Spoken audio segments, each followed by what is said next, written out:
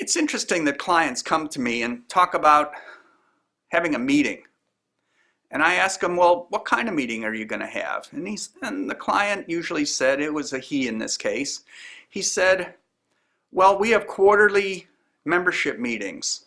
I'm thinking, okay, what do you do at a membership meeting? You elect the board, you adopt amendments to the documents, you recall the board. So what exactly is the agenda, say I? And he says, well, it's just a meeting. It's a gathering. We get together with the members and talk about things.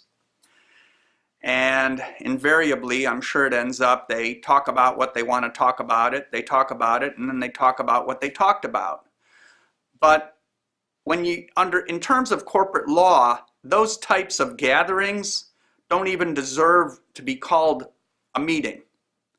Because in a community or homeowner or condo association context, there's only two types of meetings. There's board meetings, which you have to post 48 hours notice of, except in an emergency, or if there's a special assessment, you need to give 14 days notice and certain other different notice requirements.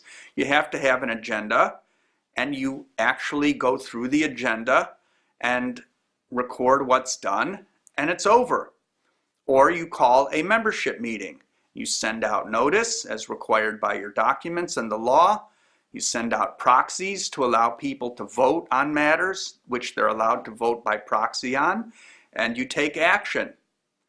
But to have these gatherings on a quarterly basis that no one is given notice of, maybe they're given notice, but there's no agenda, and it's kind of this free-flowing, reminds me of an amoeba or something.